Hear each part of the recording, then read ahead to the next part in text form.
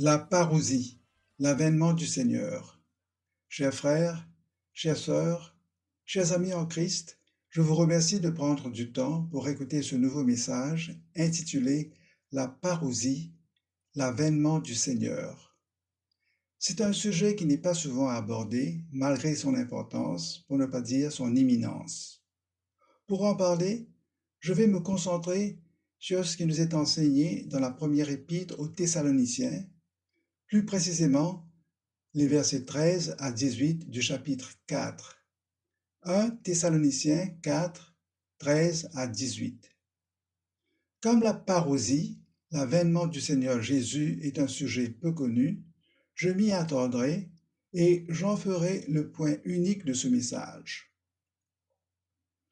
Je me rends compte que certains d'entre vous ne sont pas habitués à entendre ces références bibliques. Or, c'est très simple. Je vous encourage fortement à vous procurer une Bible, version 8 secondes. Pour vous y retrouver, consultez la table des matières au tout début, comme dans n'importe quel livre. Ainsi, vous aurez entre les mains la Bible et vous pourrez suivre les textes que je citerai. Par ailleurs, vous pourrez faire comme les Béréens, c'est-à-dire les croyants de Bérée, ville au sud de Thessalonique.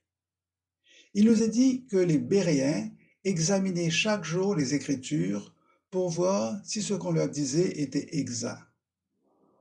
Sachez que nous vous entretenons de la chose la plus importante qui soit, c'est-à-dire votre relation avec Dieu et votre destinée dans l'éternité. Il est donc capital de vous assurer que ce qui vous est dit soit conforme à la parole de Jésus et que vous en soyez fermement convaincus. Ma démarche aujourd'hui est la suivante.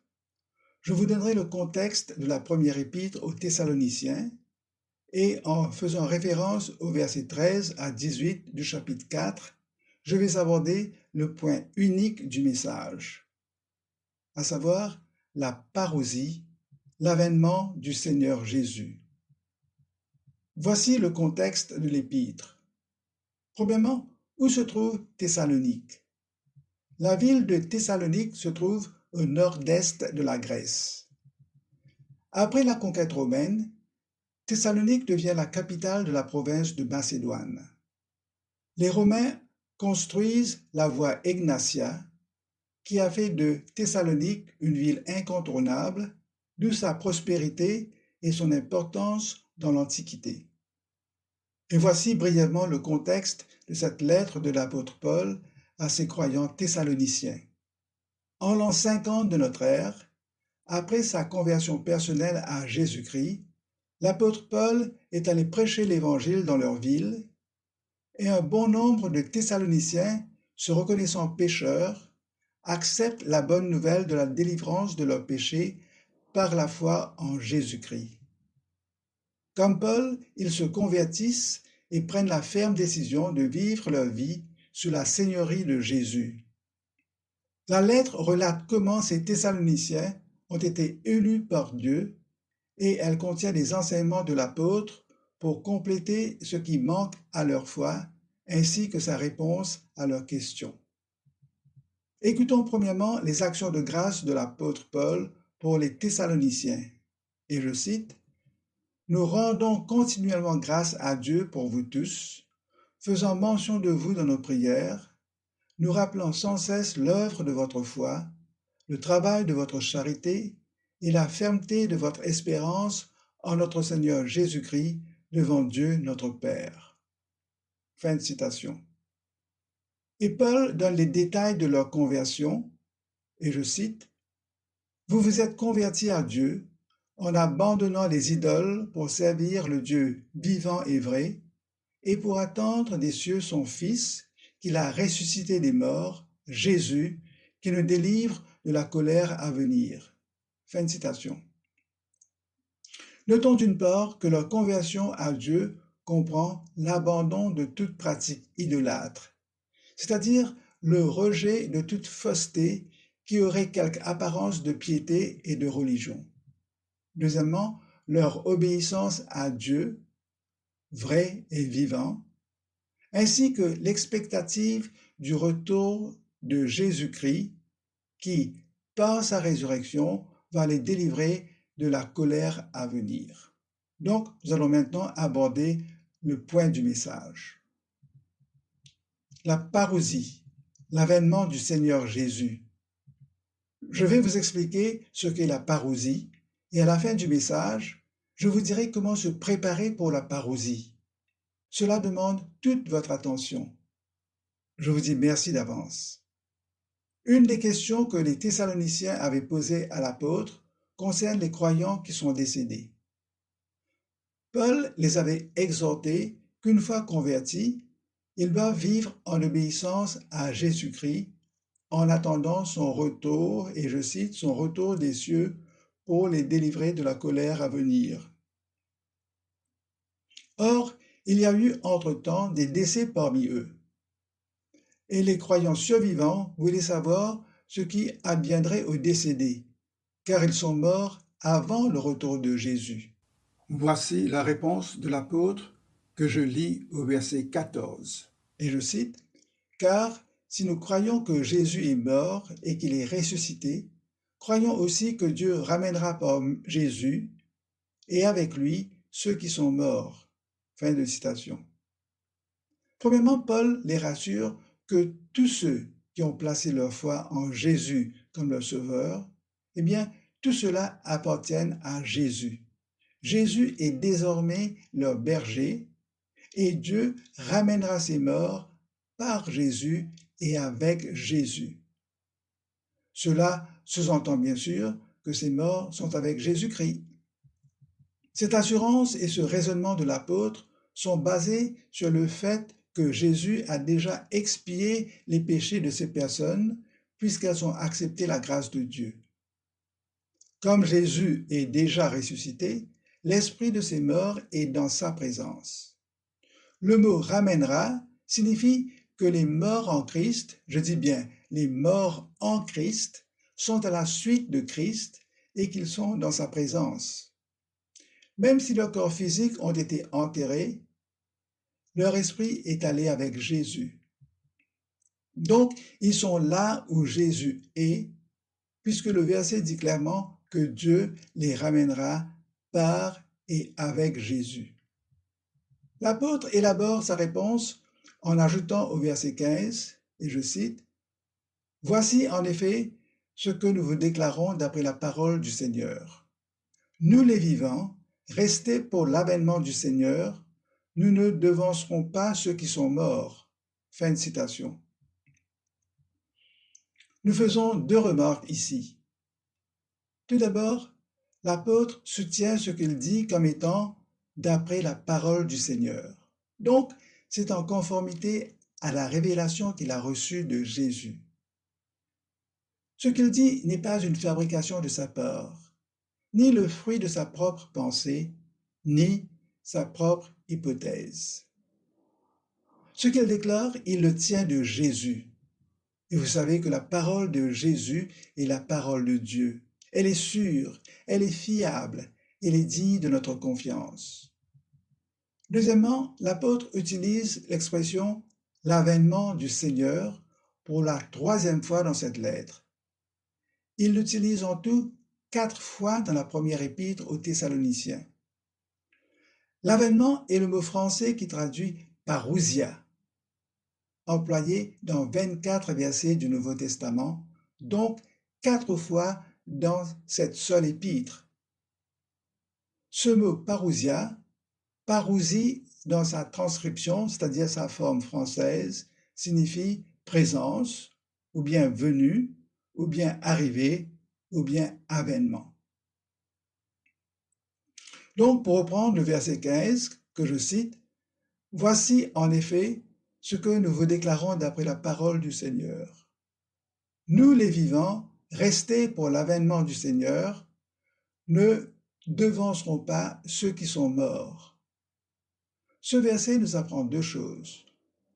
Premièrement, lors de cette parousie particulière, c'est-à-dire cet avènement de Jésus, les morts en Christ seront ressuscités, c'est-à-dire qu'ils vont être revêtus d'un corps glorifié comme Jésus.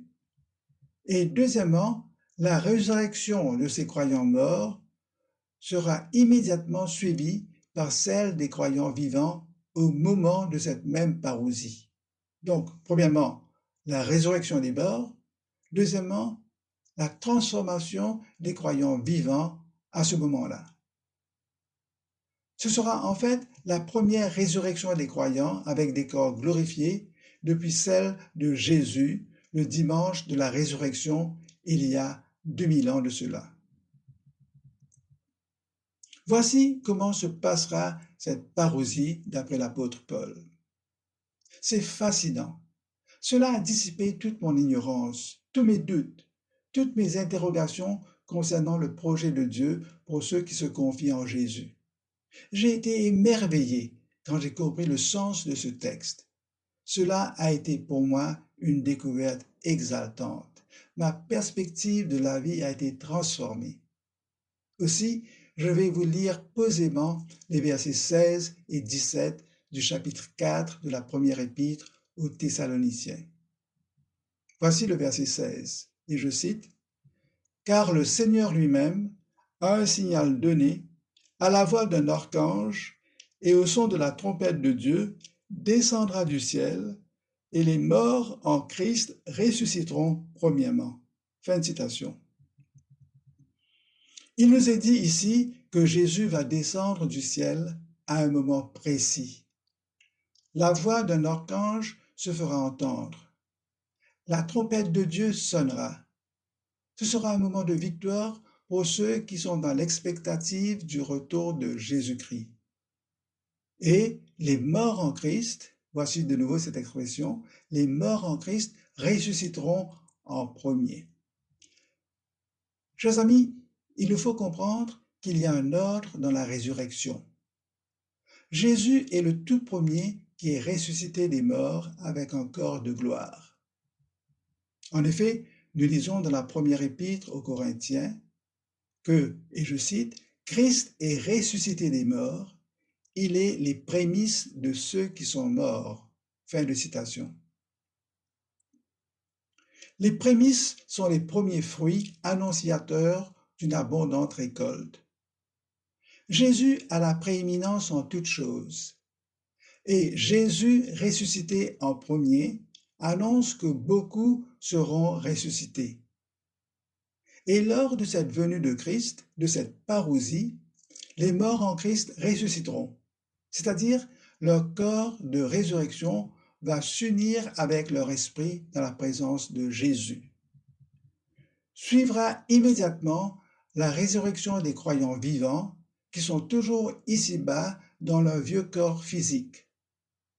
Ce groupe de croyants ne va pas faire l'expérience de la mort physique. Ils seront transformés et par la puissance de Dieu, ils seront enlevés pour aller à la rencontre de Jésus sur les nuées. Écoutons le verset 17. Et je cite, « Ensuite, nous les vivants qui serons restés, nous serons tous ensemble enlevés avec eux sur des nuées à la rencontre du Seigneur dans les airs, et ainsi nous serons toujours avec le Seigneur. » Fin de citation. Vous avez bien saisi, les pieds de Jésus ne toucheront pas la terre lors de cette première parousie. Jésus sera dans les airs. Ayant revêtu leur corps de gloire, les morts en Christ, comme les croyants vivants, seront transportés pour aller à la rencontre de Jésus qui les conduira au ciel avec lui pour qu'ils soient toujours avec le Seigneur. Ce sera l'enlèvement des croyants. L'enlèvement est le mot français qui traduit harpazo, c'est-à-dire emporté au ciel. Ce mot harpazo est la racine du mot français harpagon.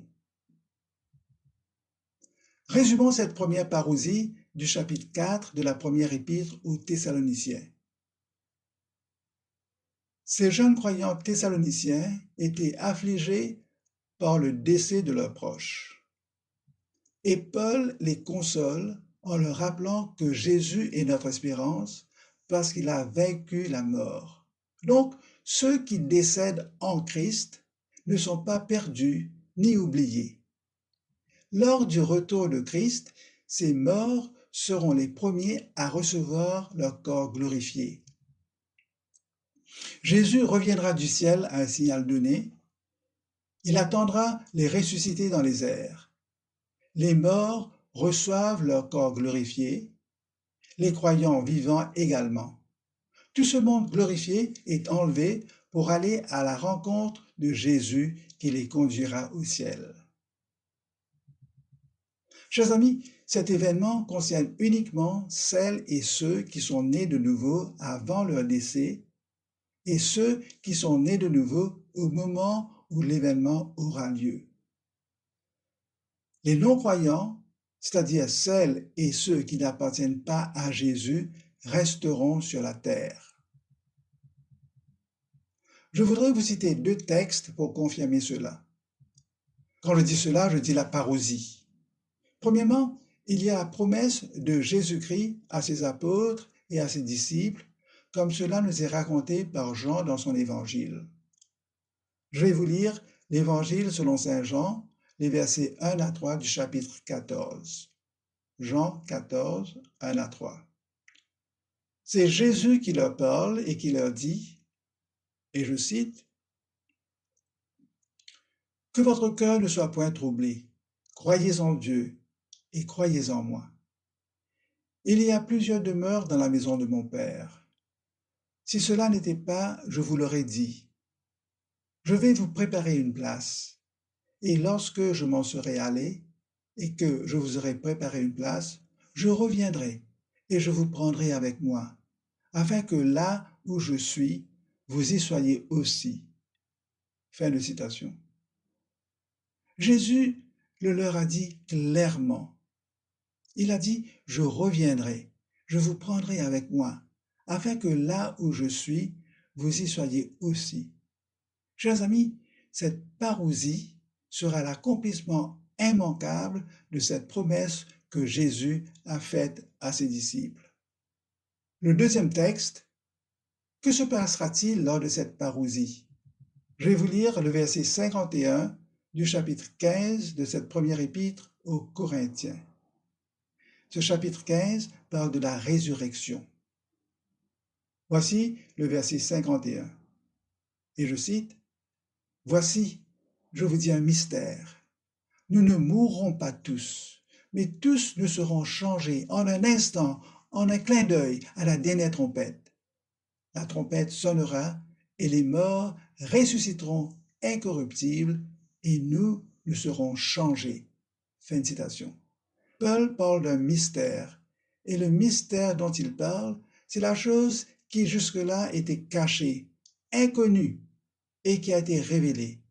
C'est Dieu qui l'a révélée, et c'est Dieu qui a donné à Paul l'intelligence de cet événement. Cette transformation des croyants avec un corps glorifié se fera en un atome, en une fraction de seconde. Premièrement, notre corps corruptible ressuscitera en un corps incorruptible, comme celui de Jésus-Christ ressuscité.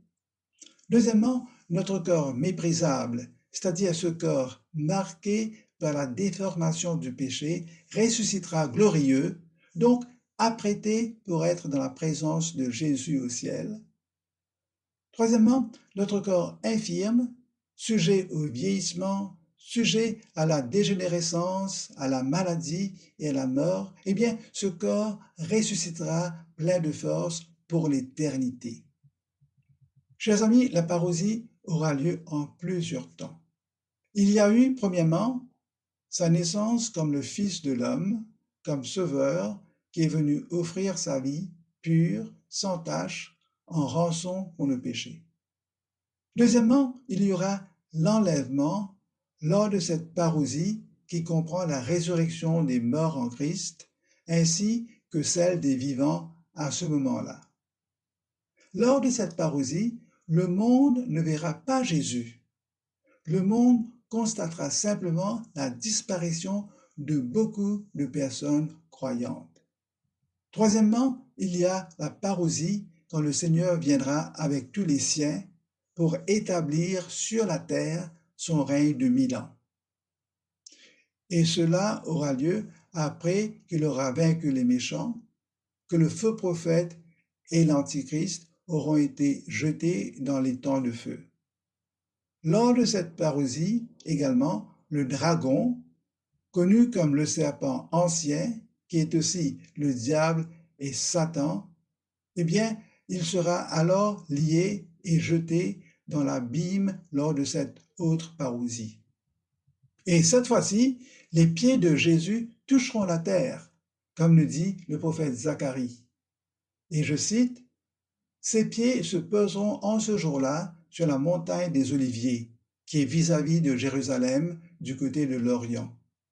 La montagne des Oliviers se fendra par le milieu, à l'Orient et à l'Occident. Et il se formera une très grande vallée. Une moitié de la montagne reculera vers le septentrion, c'est-à-dire vers le nord, et une moitié vers le midi, c'est-à-dire le sud. Voilà donc deux temps distincts et séparés de la parousie. Chers amis, parler de la parousie et comprendre ce qu'est la parousie et son déroulement ne suffisent pas. Il nous faut tous être spirituellement prêts pour cette première parousie. L'apôtre nous dit dans le chapitre 5 de sa lettre que ce moment de la parousie viendra, et je cite, « comme un voleur dans la nuit ». Cela pour nous faire comprendre que cette parousie sera subite, qu'elle viendra par surprise et qu'elle sera inattendue. Comment donc se préparer pour la parousie décrite dans notre texte, c'est-à-dire 1 Thessaloniciens chapitre 4, les versets 13 à 18. La réponse nous est donnée dans les versets 9 et 10 du chapitre 1er de notre épître. Car l'attente de la parousie ne concerne que celles et ceux qui aiment Jésus-Christ et qui se savent aimer de lui. Tandis que celles et ceux qui n'en ont cure de Dieu ni de son amour vivent dans l'inconscience totale du plan de Dieu pour l'humanité, et ce, hélas, au péril de leur vie. Écoutons donc ce que dit l'apôtre aux Thessaloniciens au verset 9 et 10 du premier chapitre de cet épître. Et je cite, « Vous vous êtes convertis à Dieu en abandonnant les idoles pour servir le Dieu vivant et vrai, et pour attendre des cieux son Fils, qu'il a ressuscité des morts, Jésus, qui nous délivre de la colère à venir. » Fin de citation. Paul parle de leur conversion après leur acceptation de l'Évangile qui leur a été prêché en parole, avec puissance, avec l'esprit et avec une pleine persuasion. En d'autres mots, quand ces Thessaloniciens ont compris que Jésus les aime et qu'il a donné sa vie pour expier leurs péchés, ils ont été convaincus de leur état de péché par le Saint-Esprit, ils se sont repentis et ils ont demandé pardon à Dieu. Et Dieu a répondu à leurs prières et il les a sauvés parce qu'ils ont placé leur foi en Jésus. Ils ont alors fait l'expérience de la nouvelle naissance. C'est à la suite de leur purification par le sang de Jésus et leur déclaration à cet effet que Paul a pu leur dire qu'ils ont été élus pour la vie éternelle. Par ailleurs, leur conversion à Dieu a été suivie par un rejet immédiat de toute forme d'idolâtrie pour qu'ils se mettent exclusivement au service de Dieu, c'est-à-dire à adorer Dieu, le vivant et vrai, qui ne demande que des adorateurs en esprit et en vérité. Dieu les a retirés sous la condamnation qui pèse sur toute la famille adamique, c'est-à-dire des descendants d'Adam, et Dieu les a transférés et implantés dans sa famille, justifiés par l'aspersion du sang de Jésus. La conséquence logique de leur conversion a été l'attente de leur délivrance de la colère de Dieu, c'est-à-dire son jugement qui écrasera tous les pécheurs non repentants qui rejettent le salut par la foi en la mort de Jésus et en sa résurrection. Chers amis, vous voyez que Paul ne fait aucune mention de religion. Il ne parle pas de passage d'une religion à une autre. Paul dit simplement que les Thessaloniciens se sont détournés de leurs idoles, car le monde grec de l'époque abondait en toutes sortes de polythéismes, c'est-à-dire une multiplication infinie de fausses divinités. Et ces Thessaloniciens se sont retournés vers le Dieu vivant et vrai, qui s'est manifesté en la personne de Jésus-Christ, notre Sauveur et Rédempteur. Chers amis, quelle application serait-elle pertinente après un tel message, sinon de se demander, est-ce que mon expérience spirituelle est comparable à celle des Thessaloniciens? Premièrement, ai-je compris l'Évangile? Ai-je compris que je suis pécheur, donc séparé de la gloire de Dieu? Ai-je été convaincu par le Saint-Esprit que Dieu veut me réconcilier à lui par la purification qu'il m'offre par sa grâce, par la foi en Jésus-Christ, qui a déjà pris toute ma condamnation et qui est ressuscité des morts? Ai-je compris que je ne peux rien faire pour être sauvé du jugement et de la mort éternelle, sauf si je mets toute ma confiance en Jésus et en me détournant de toutes mes croyances qui ne sont pas conformes à la parole de Jésus? Suis-je né de nouveau et suis-je prêt pour être enlevé si Jésus revient dans l'instant qui suit? En guise de conclusion, je vous dirai que si vous ne l'avez pas fait encore, faites aujourd'hui ce qu'ont fait les Thessaloniciens quand la bonne nouvelle du salut par la foi en Jésus et en Jésus seul leur a été proclamée. N'ayez aucune crainte. Permettez au Saint-Esprit de vous parler. Portez attention à la parole de Christ qui va éclairer votre intelligence en ce qui concerne votre réconciliation avec Dieu par l'intermédiaire de Jésus uniquement. C'est seulement par la nouvelle naissance que vous pourrez attendre la parousie avec espérance, car Jésus vous enlèvera avec tous ses saints. Je vous donne un dernier texte qui mérite notre méditation sérieuse.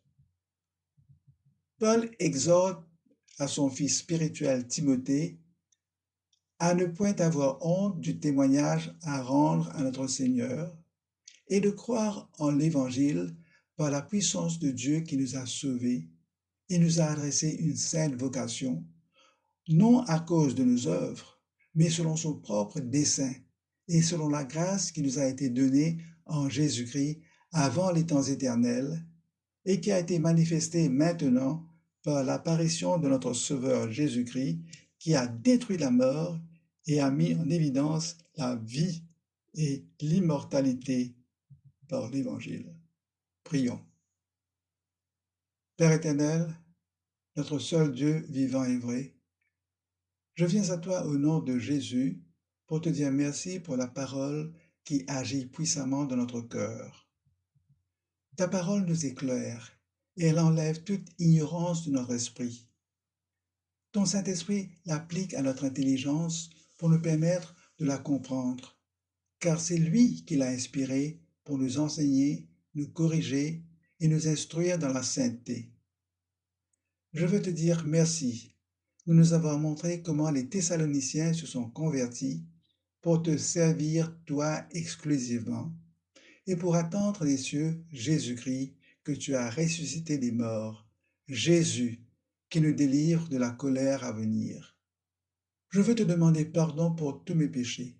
Père, purifie-moi par le sang précieux de Christ et installe-moi dans la famille de tes justes, afin que moi aussi, je puisse dorénavant vivre dans l'expectative de la parousie pour être enlevé à la rencontre du Seigneur Jésus, pour être toujours avec lui, comme il le souhaite. Je te fais cette prière au nom de Jésus. Merci. Chers amis, nous avons essayé de demeurer sur un seul point dans ce message. Si vous souhaitez recevoir le texte intégral, n'hésitez pas à nous appeler sur le 5 251 4952. Le 5 251 4952 pour nous communiquer votre adresse mail. Nous vous l'enverrons en format PDF. C'est notre privilège et notre plaisir de partager ces enseignements avec vous. Merci de votre attention. Que vous soyez abondamment bénis suite à cette écoute. Je vous dis à bientôt. Que le Seigneur Jésus vous bénisse. Merci.